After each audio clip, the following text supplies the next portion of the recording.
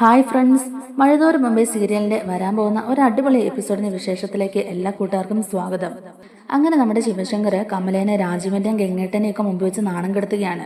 ബബിതയും രോഹിതിനെയും ഇനിയും ഇവിടെ താമസിപ്പിക്കാൻ പറ്റില്ല, അവർക്ക് വെച്ച് വിളമ്പി കൊടുക്കാൻ പറ്റില്ല എന്നൊക്കെ തന്നെ കമല പറയുക കേട്ടോ. അത് ബബിതയും രോഹിത്തിനെയും മാത്രമല്ല ഗംഗേട്ടനെയും രാജീവിനെയും കൂടെ ഉദ്ദേശിച്ചിട്ടാണ് കമല പറഞ്ഞെന്നുള്ളത് ശിവന് മനസ്സിലാവുന്നുണ്ട്. അപ്പൊ ശിവന് ദേഷ്യം വരികയാണ്. ശിവൻ എന്നിട്ട് കമലയോട് പറയുകയാണ്, ഇവിടുത്തെ പണികളൊന്നും ചെയ്യാൻ നിനക്ക് കഴിയില്ലെങ്കിൽ, അങ്ങനെ വെച്ച് വിളമ്പി കൊടുക്കാൻ പറ്റത്തില്ലെന്നുണ്ടെങ്കിൽ നീ നിന്റെ വീട്ടിൽ പോയി നിന്നോ എന്നൊക്കെ പറഞ്ഞ് എന്നെ വഴക്ക് പറയുകയാണ് കേട്ടോ. കമലയെ അവരുടെ മുമ്പിൽ വെച്ച് നാണം കെടുത്തിയതിന്റെ ഒരു ദേഷ്യം കമലയ്ക്ക് നന്നായിട്ട് തന്നെ ഉണ്ട് കേട്ടോ. അതേ സമയത്ത് നമ്മുടെ ബബിതയും രോഹിത്തും ഹരിയും രഞ്ജുവും ഒക്കെ കൂടിയിട്ട് പുറത്തിരുന്ന് സംസാരിച്ചുകൊണ്ടിരിക്കുകയാണ്. അലീനയുടെ കാര്യങ്ങൾ തന്നെയാണ് അവരും ഡിസ്കസ് ചെയ്തുകൊണ്ടിരിക്കുന്നത്. ഒറ്റ രാത്രി കൊണ്ട് ഇവർക്കൊക്കെ ഇത് എന്താ പറ്റിയെന്ന് അവർക്ക് ആർക്കും തന്നെ മനസ്സിലാകുന്നില്ല. ആ ഒറ്റ രാത്രി കൊണ്ടാണ് ഇവർക്കൊക്കെ ഇത്രയും മനമാറ്റം സംഭവിച്ചത്. അതുകൊണ്ട് ആ രാത്രി എന്താ സംഭവിച്ചെന്നുള്ളത് കണ്ടുപിടിക്കണമെന്ന് തന്നെ അവർക്കൊരു വാശിയേറുകയാണ് കേട്ടോ. അങ്ങനെ ഒരു തീരുമാനം എടുക്കുകയാണ് ഹരിയും രോഹിത്തും കൂടി. അങ്ങനെ ഹരി എന്നിട്ട് കമലയോട് പറയുകയാണ്, ഇപ്പൊ നമ്മൾ എന്താ അമ്മേ ചെയ്യുന്നത്?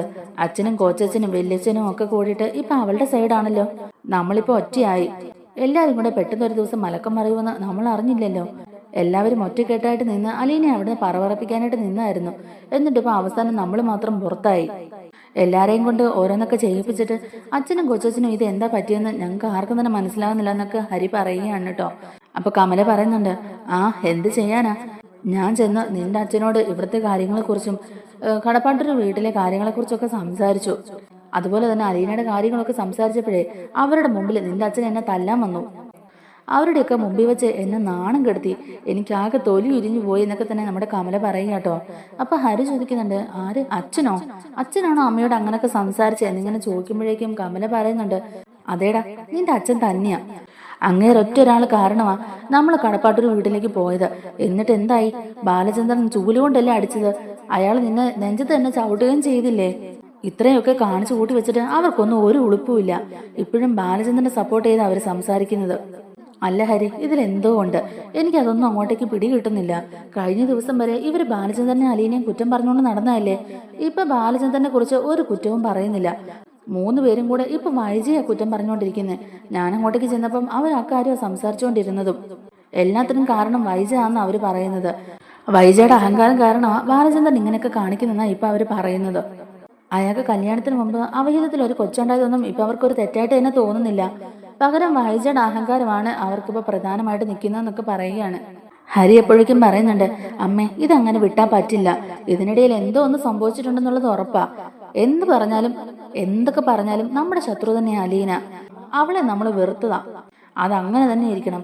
അവള് കാരണം ഞാനും കുറെ നാണം കേട്ടതാ. എന്തായാലും അവൾ ഇനി തുടരാൻ ഞങ്ങളും സമ്മതിക്കില്ല എന്നൊക്കെ തന്നെ പറയുകയാണ് കേട്ടോ. അപ്പൊ ഹരിയോട് കമല ചോദിക്കുന്നുണ്ട്, അതിനിപ്പോ നമ്മൾ എന്ത് ചെയ്യാനാ? ഒരു കാര്യം ഞാൻ പറയാം, കൊടുക്കുവാണെങ്കിൽ നല്ല ഉഗ്രം പണി തന്നെ അവക്കിട്ട് കൊടുക്കണം എന്നൊക്കെ പറയുന്നുണ്ട്. അവളെ അവിടുന്ന് ഓടിച്ചുവിടാൻ ഇനി ഇപ്പൊ എന്താടാ ചെയ്യുന്നതെന്നൊക്കെ ഇങ്ങനെ ചോദിക്കാം കേട്ടോ. ആ സമയത്ത് ഹരി ചോദിക്കുന്നുണ്ട്, അമ്മേ അച്ഛനും കൊച്ചച്ഛനും ഒക്കെ ഈ ആഴ്ച തന്നെ തിരിച്ചു കയറി പോകൂലേ?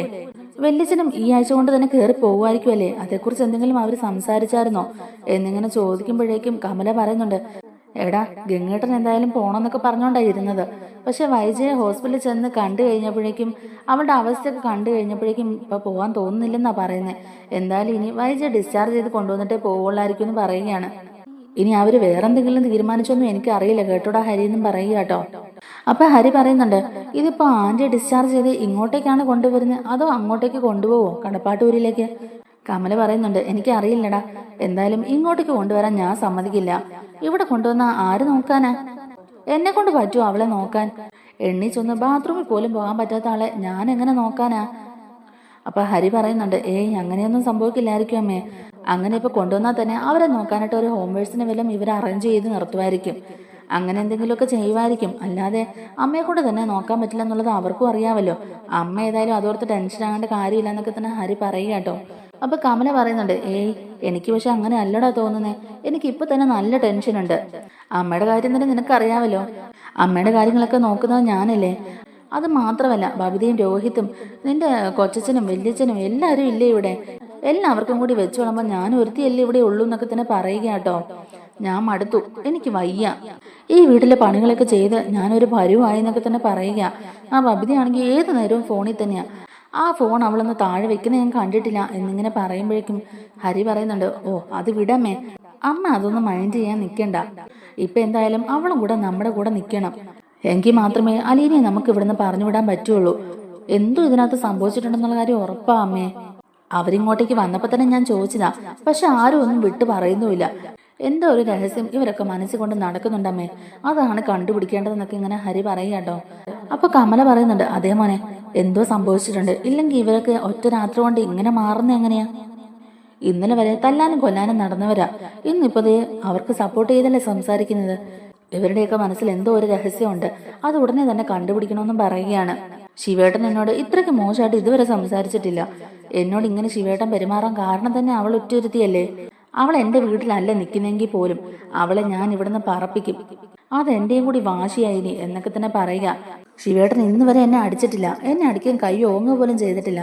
പക്ഷെ അലീന, അവൾ ഒറ്റയൊരുത്തി കാരണമാണ് ശിവേട്ടൻ എന്നോട് ഇങ്ങനെയൊക്കെ പെരുമാറിയത്. അത് ഞാൻ ഒരിക്കലും മറക്കില്ല. ഇതൊന്നും സഹിച്ച് ഇവിടെ നിൽക്കാൻ വയ്യെങ്കിലേ എന്റെ വീട്ടിൽ പൊക്കോളാനാ ഇപ്പൊ നിന്റെ അച്ഛൻ പറയുന്നത്. കല്യാണം കഴിഞ്ഞ് ഇത്രയും നാളായി, ഇന്ന് വരെ ശിവേട്ടൻ അങ്ങനെ ഒരു വാക്ക് എന്നോട് പറഞ്ഞിട്ടില്ല. അത്രയ്ക്ക് അവൾ എല്ലാവരെയും കൂടെ മയക്കിയെടുത്തിരിക്കുക. അവൾ എന്ത് പറഞ്ഞിട്ടാണാവോ ഈ ആണുങ്ങളെല്ലാം ഇങ്ങനെ മയക്കിയെടുക്കുന്നത് എന്നുള്ള രീതിയിൽ തന്നെ കമല പറയാട്ടോ. അപ്പൊ ഹരി പറയുന്നുണ്ട്, എനിക്ക് ഉറപ്പാമേ എന്തോ ഒരു രഹസ്യമുണ്ട്. അല്ലെങ്കിൽ ഇവരാരും ഇങ്ങനെ സംസാരിക്കുന്നവരല്ലല്ലോ, നമുക്കറിയാവുന്നതല്ലേ. ഞാനും കൊച്ചനും കൂടെ ചേർന്നിട്ടാണല്ലോ അന്ന് നമ്മളെ പിടിച്ച് റോഡിലേക്ക് തള്ളിയത്. അവളെ അവിടുന്ന് പറഞ്ഞു വിടാൻ പഠിച്ച പണി 18 നോക്കിയതല്ലേ ഇവരെല്ലാരും കൂടെ ചേർന്ന്. അവസാനം ഇപ്പൊ എന്തുകൊണ്ട് അവർ മുട്ടുമടക്കി എന്നുള്ളത് കണ്ടുപിടിക്കണമെന്നും പറയുക. ഇനിയിപ്പോ അവളെ ഇവിടുന്ന് പറഞ്ഞു വിടാൻ എന്ത് വഴിയാടാ നമുക്ക് മുമ്പിലുള്ളതെന്നൊക്കെ കമല ചോദിക്കാട്ടോ. അപ്പൊ ഹരി പറയുന്നുണ്ട്, എനിക്കൊരു ഐഡിയ തോന്നുന്നുണ്ട്, പക്ഷെ അതിപ്പോ നടക്കില്ല. അച്ഛനും കൊച്ചനും ഒക്കെ ഒന്ന് പോട്ടെ, എന്നിട്ട് നമുക്കൊരു വഴി ഉണ്ടാക്കാം. എന്റെ മനസ്സിൽ തോന്നുന്ന ഈ ഒരു ഐഡിയ വർക്കൗട്ട് ആകണമെന്നുണ്ടെങ്കിൽ അവളെ ഇങ്ങോട്ടേക്ക് വരുത്തിക്കണോ അമ്മേ എന്നിങ്ങനെ പറയുക കേട്ടോ. അപ്പൊ കമല ചോദിക്കുന്നുണ്ട്, നീ എന്ത് വർത്തമാനമാടായി പറയുന്നത്? അവളെ കാണുന്ന പോലും എനിക്ക് ഇഷ്ടമല്ല, പിന്നെയാണോ അവളെ ഇങ്ങോട്ടേക്ക് കയറ്റാൻ പറയുന്നത്?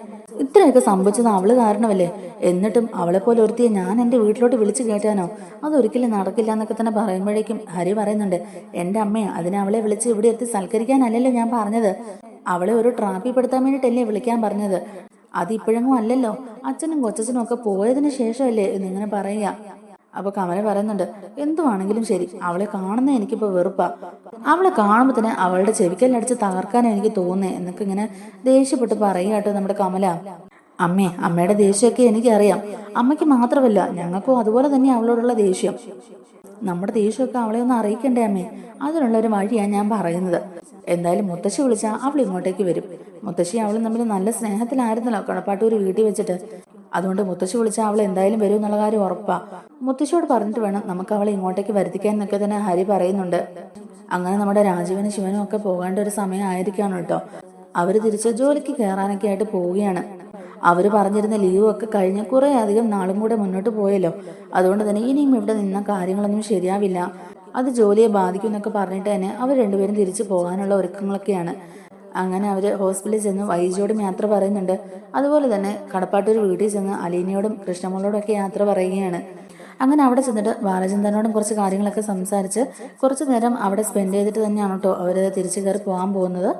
പക്ഷെ വൈജയുടെ അടുത്ത് എന്ന് സംസാരിക്കുമ്പോഴേക്കും വൈജിക്ക് നല്ല ദേഷ്യമാണ് കേട്ടോ വരുന്നത്. അലീനയെ സപ്പോർട്ട് ചെയ്താണല്ലോ ഇപ്പൊ അവര് സംസാരിക്കുന്നത്. അലീന അവരെയൊക്കെ പറഞ്ഞ് മായക്കീനാണെന്നൊക്കെ പറഞ്ഞുകൊണ്ട് തന്നെ വൈജ വളരെ ദേഷ്യപ്പെടുന്നുണ്ട്. ആങ്ങളമാരോട് പോലും ഇപ്പൊ വൈജിക്ക് വലിയ താല്പര്യമൊന്നുമില്ല കേട്ടോ. കാരണം എല്ലാവരും അലീനയെ സപ്പോർട്ട് ചെയ്ത് സംസാരിക്കുന്നുണ്ട്. ആങ്ങളമാരോടും വൈജിക്ക് ദേഷ്യം തന്നെയാണ്. അങ്ങനെ രാജീവനും ശിവനും പോയെങ്കിലും ഗംഗാധരൻ അവിടെ തന്നെ നിൽപ്പുണ്ടായിരുന്നു. എല്ലാരും ഒറ്റടിക്ക് പോയാൽ ശരിയാവില്ലല്ലോ, ഇവിടുത്തെ കാര്യങ്ങളൊക്കെ നോക്കാനും ഒരാൾ നിൽക്കേണ്ടതെന്നൊക്കെ തന്നെ ഗംഗേട്ടൻ പറയുന്നുണ്ട്. മാലതി പൂനെയിലാണെന്നും ഞാൻ ചെന്നാൽ മാത്രമേ തിരിച്ച് നീലഗിരിക്ക് വരാൻ കഴിയുള്ളൂ എന്നൊക്കെ ഗംഗേട്ടൻ പറയുന്നുണ്ടെങ്കിലും രാജീവനും ശിവനും അതിനെ സമ്മതിക്കുന്നില്ല കേട്ടോ. ഗംഗേട്ടൻ ഇവിടെ നിന്നാലേ ശരിയാകുള്ളൂ. ബാലചന്ദ്രനോടാണെങ്കിലും സംസാരിക്കാൻ ഗംഗേട്ടനെ കൊണ്ടേ പറ്റുള്ളൂ. ബാലചന്ദ്രനോടാണെങ്കിലും വൈജിയോടാണെങ്കിലും അതിൻ്റെതായ രീതിയിൽ സംസാരിക്കാൻ ഗംഗേട്ടന് മാത്രമേ കഴിയുള്ളൂ എന്നൊക്കെ പറഞ്ഞ് ഗംഗേട്ടനെ എല്ലാ ഉത്തരവാദിത്തങ്ങളും ഏൽപ്പിച്ചിട്ടാണ് കേട്ടോ അവർ പോകുന്നത്. ആ ഒരു സമയത്ത് രാജീവനും ശിവനും കൂടിയിട്ട് ഗംഗേട്ടനോട് പറയുന്നുണ്ടായിരുന്നു, വൈജയുമായിട്ട് സംസാരിച്ച് അവളെ കൊണ്ട് സമ്മതിപ്പിച്ച് നേരെ കടപ്പാട്ടൂർ വീട്ടിലോട്ട് വേണം പോകാൻ, ഒരിക്കലും അവളെ കൊല്ലപ്പള്ളിയിലോട്ട് കൊണ്ടുപോകരുതെന്ന് പറയുന്നുണ്ടായിരുന്നു.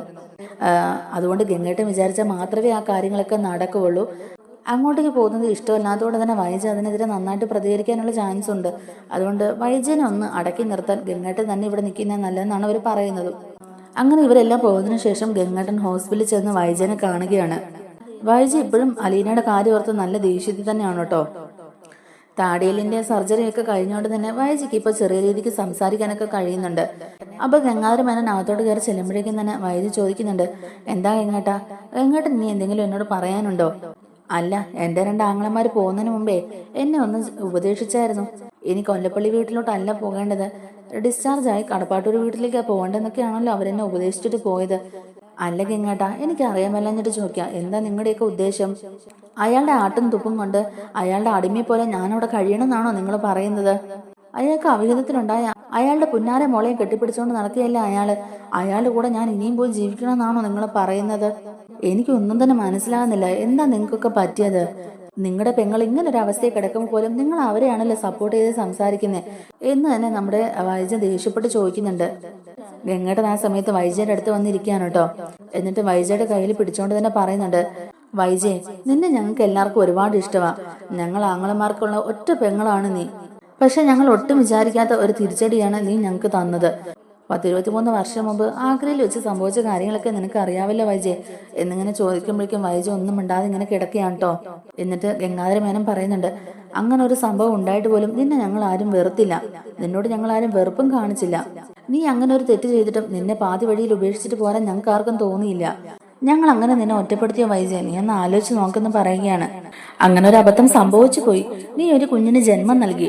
അതിനുശേഷം ഇതൊന്നും അറിയാതെയല്ലേ ബാലചന്ദ്രൻ നിന്റെ കഴുത്തിൽ താലി കെട്ടിയത്? ഇപ്പോഴും അയാൾക്ക് നിന്റെ പൂർവ്വകാല ചരിത്രങ്ങളൊന്നും അറിയില്ലല്ലോ എന്നിങ്ങനെ ചോദിക്കുമ്പോഴേക്കും വൈജ പറയുന്നുണ്ട്, അത് തന്നെയല്ലേ ഗംഗേട്ടാ ഞാനും ഈ പറയുന്നത്.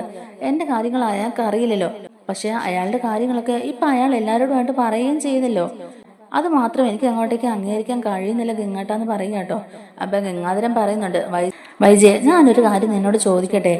ബാലചന്ദ്രൻ അങ്ങനെ ഒരു തെറ്റ് ചെയ്തിട്ടുണ്ടെങ്കിൽ പോലും അയാളെ ശാസിക്കാനോ കുറ്റപ്പെടുത്താനോ ഇങ്ങനെയൊക്കെ അയാളോട് പെരുമാറണോ നിനക്ക് എന്തെങ്കിലും അവകാശമുണ്ടോ? ഒരു കണക്കിന് പറഞ്ഞാൽ അയാൾ ചെയ്ത പോലെ ഒരു തെറ്റ് നീയും ചെയ്തിട്ടില്ലേ വൈജയെ എന്നിങ്ങനെ ചോദിക്കാട്ടോ. അപ്പൊ വൈജ തിരിച്ചു പറയുന്നുണ്ട്, ഗംഗേട്ടാ, എന്റെ കാര്യം ബാലചന്ദ്രൻ അറിഞ്ഞിട്ടില്ലല്ലോ. പക്ഷെ അങ്ങനെയല്ലല്ലോ അയാളുടെ കാര്യം. 10-23 വയസ്സുള്ള ഒരു പെങ്കൊച്ചിനെ എഴുന്നള്ളിച്ചോണ്ട് അയാൾ വന്നിരിക്കുകയല്ലേ. നാട്ടുകാരുടെയൊക്കെ മുമ്പിൽ ഞാൻ എങ്ങനെ അവരുടെ മുഖത്ത് നോക്കും? എന്റെ ഭർത്താവിന്റെ അവഹിതത്തിലുണ്ടായ പെണ്ണാന്നും പറഞ്ഞ് ഞാൻ അവളെയും പൊക്കി പിടിച്ചോണ്ട് നടക്കണോ എന്നിങ്ങനെ ചോദിക്കുകയാണ്. അപ്പൊ ഗംഗാധരൻ പറയുന്നുണ്ട്, അതങ്ങനെയല്ല. അവന്റെ തെറ്റ് നീ ഇപ്പൊ കണ്ടുപിടിച്ചോണ്ട് അവനിപ്പോ ഒരു മോശക്കാരനായി.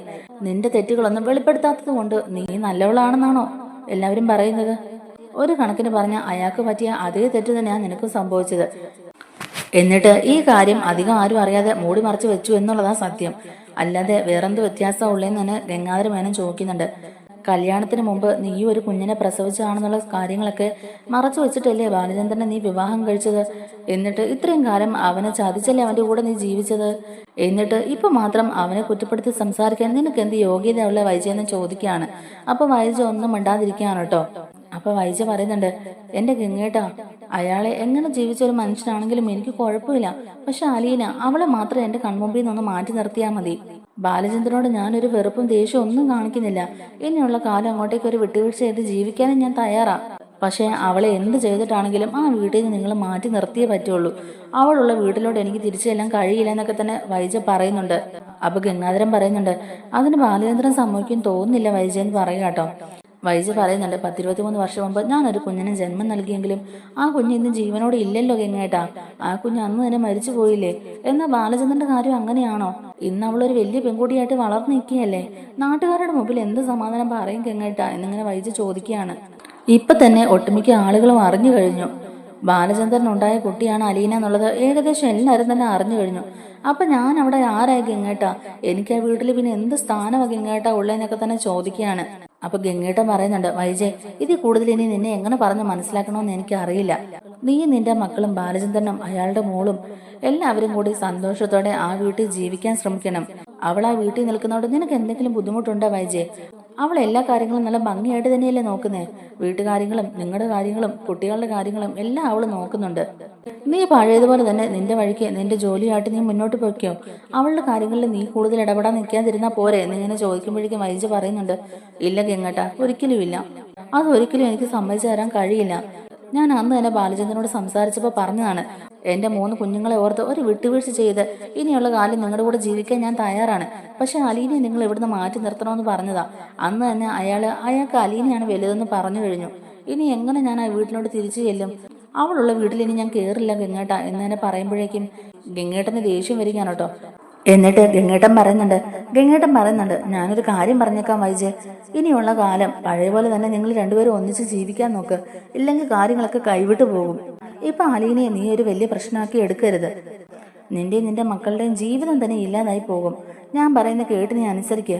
തൽക്കാലം നീ അവളുടെ കാര്യങ്ങളെ കൂടുതൽ ശ്രദ്ധിക്കണ്ട. അവൾ എങ്ങനെ ആ വീട്ടിൽ ജീവിച്ച് പൊക്കോട്ടെ. നീ നിന്റെ ഭർത്താവിന്റെയും നിന്റെ മക്കളുടെയും കാര്യങ്ങൾ മാത്രം നോക്കി മുന്നോട്ട് പോകാൻ നോക്കുന്നു പറയാട്ടോ. അപ്പോഴും വൈജ ഒരു പൊടിക്ക് പോലും സമ്മതിച്ചു കൊടുക്കുന്നില്ല. ഗംഗാധരന് ദേഷ്യം വന്നിട്ട് ഗംഗാധരൻ പറയുന്നുണ്ട്, എന്നാ ഒരു കാര്യം ചെയ്യാം, 23 വർഷം മുമ്പ് നിനക്കും ഇതുപോലൊരു തെറ്റ് സംഭവിച്ചെന്ന് ഞാൻ ബാലേന്ദ്രനോടങ്ങ് തുറന്നു പറഞ്ഞേക്കാം. എന്തായാലും അയാളും കൂടി ഈ സത്യം ഒന്ന് അറിഞ്ഞിരിക്കട്ടെ. നിന്റെ ഭാഗത്തും ഇതുപോലൊരു തെറ്റ് സംഭവിച്ചുകൊണ്ട് ഈ സമയത്ത് നീ ഒന്ന് അടങ്ങി പോകുന്നത് തന്നെയാണ് നിന്റെ ജീവിതത്തിന് നല്ലത്.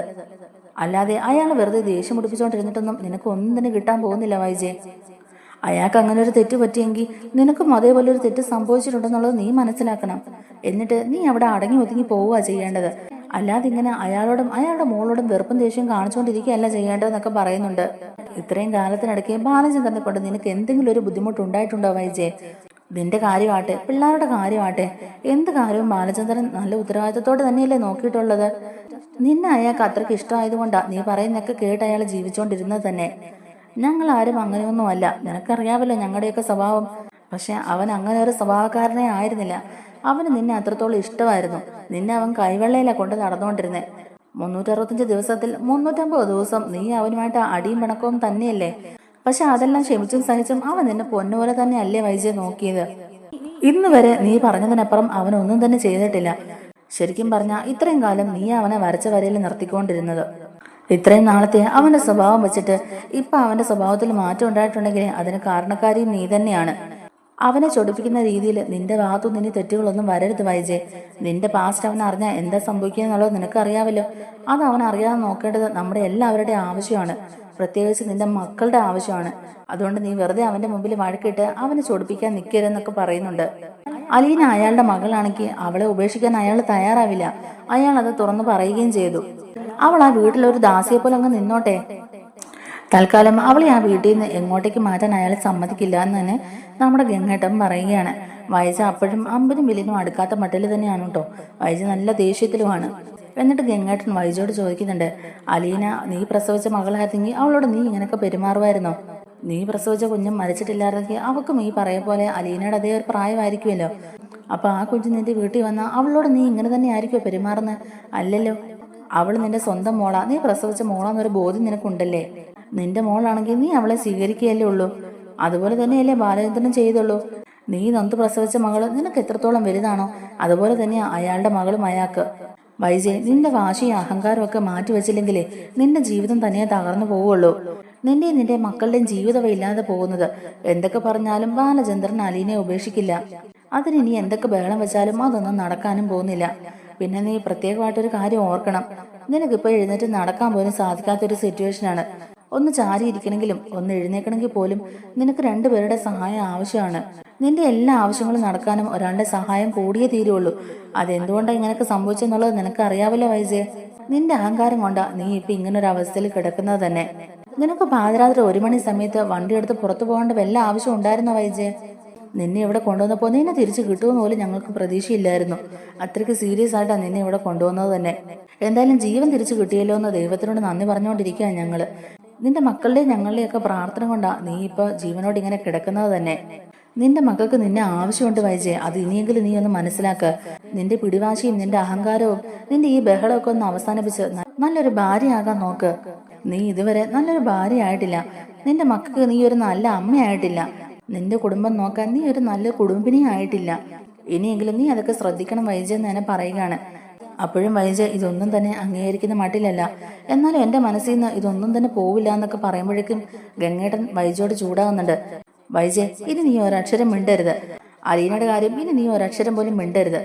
നീ നിന്റെ ആങ്ങളമാരും കൂടി ചേർന്ന് ആ കുട്ടിയോട് എന്തൊക്കെ ക്രൂരതകളാ കാണിച്ചിട്ടുള്ളതെന്നൊക്കെയുള്ളത് ഞാൻ അറിഞ്ഞായിരുന്നു. അന്ന് കറക്റ്റ് സമയത്ത് ഞാൻ വന്നുകൊണ്ടാ അവക്ക് ഒരു പോറൽ പോലും സംഭവിക്കാതെ തിരിച്ചേൽപ്പിക്കാൻ കഴിഞ്ഞത്.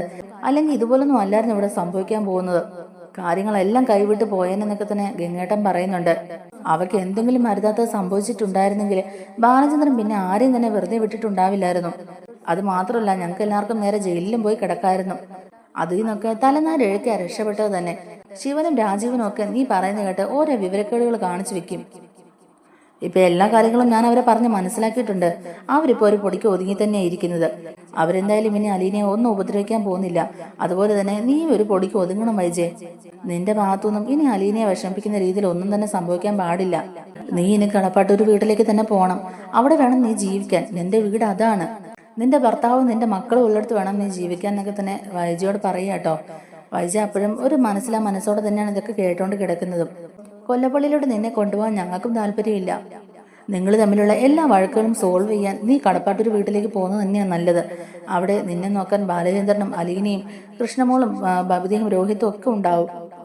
അവിടെ നിനക്ക് ഒരു കുറവും ഉണ്ടാവില്ല. ബാലചന്ദ്രൻ നിന്നെ പൊന്നുപോലെ തന്നെ നോക്കിക്കോളൂ എന്നൊക്കെ പറയുന്നുണ്ട്. അവിടെ നിനക്ക് ഒരു കുറവും ഉണ്ടാവില്ല. എല്ലാ കാര്യങ്ങളും അവർ തന്നെ വേണ്ടതുപോലെ ചെയ്തോളൂ എന്നൊക്കെ ഗംഗേട്ടൻ പറയുന്നുണ്ട്. നീ വിഷമിക്കേണ്ട വൈജയ്. ഇപ്പോഴുള്ള ഈ പ്രശ്നങ്ങളൊക്കെ പെട്ടെന്ന് തന്നെ സോൾവ് ആകും.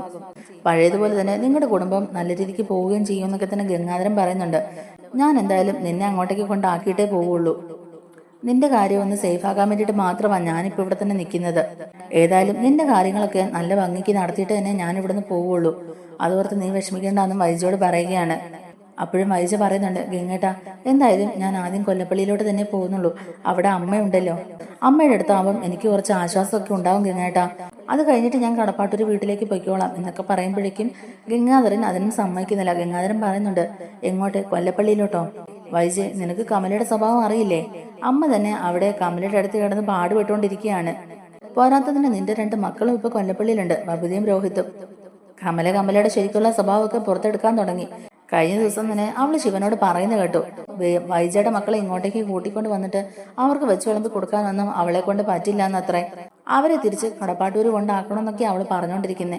അങ്ങനെ പോലും പറഞ്ഞുകൊണ്ടിരിക്കുന്നവളുടെ അടുത്തോട്ട് നീ വന്നിട്ട് എന്ത് ചെയ്യാനാ വൈജയെ? അവള് നിന്നെ തിരിഞ്ഞു പോലും നോക്കില്ല. അതുകൊണ്ട് കൊല്ലപ്പള്ളിയിലോട്ട് പോകാതിരിക്കുന്നത് തന്നെയാ നല്ലതെന്നും നമ്മുടെ ഗംഗാധരൻ പറയുന്നുണ്ട്. എന്നാൽ കടപ്പാട്ടൂര് വീട്ടിലേക്ക് പോവുകയാണെങ്കിൽ ഈ പ്രശ്നങ്ങൾ ഒന്നും തന്നെ ഉണ്ടാവില്ല. നിനക്ക് അവിടെ സ്വസ്ഥതയോടെയും സമാധാനത്തോടെയൊക്കെ കിടക്കാം. ആരും തന്നെ അവിടെ ശല്യം ചെയ്യാൻ വരില്ല. നിന്റെ കാര്യങ്ങളൊക്കെ നന്നായിട്ട് നടക്കുകയും ചെയ്യും. അവിടെ അലീന ഉണ്ടല്ലോ നിന്നെ നോക്കാനായിട്ട്. പ്രത്യേകിച്ച് ഒരു ഹോം നഴ്സിനെ അവിടെ വെക്കേണ്ട ആവശ്യവും ഇല്ല.